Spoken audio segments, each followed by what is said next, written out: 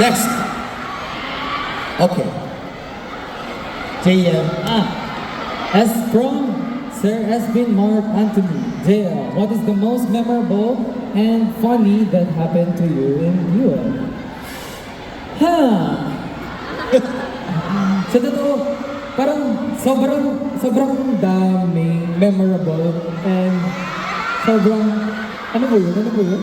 Siya po yun. Alam mo, thank you po sa pagtanong ko. And to be honest po, sobrang dami kong memorable tsaka funny memories po na nangyari po. But feeling ko po, mamimili ako rin na. Nung tama ako! Grabe! Hindi, o sige, ayun na po. Hindi, pero eto, guys, mag-explain ako guys. Kasi nung time po na yun, halos lahat ng game, sinalihan ko po noon.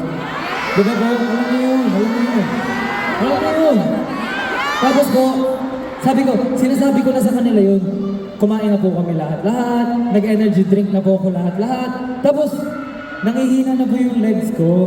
So sabi ko po, kung madadapa ako,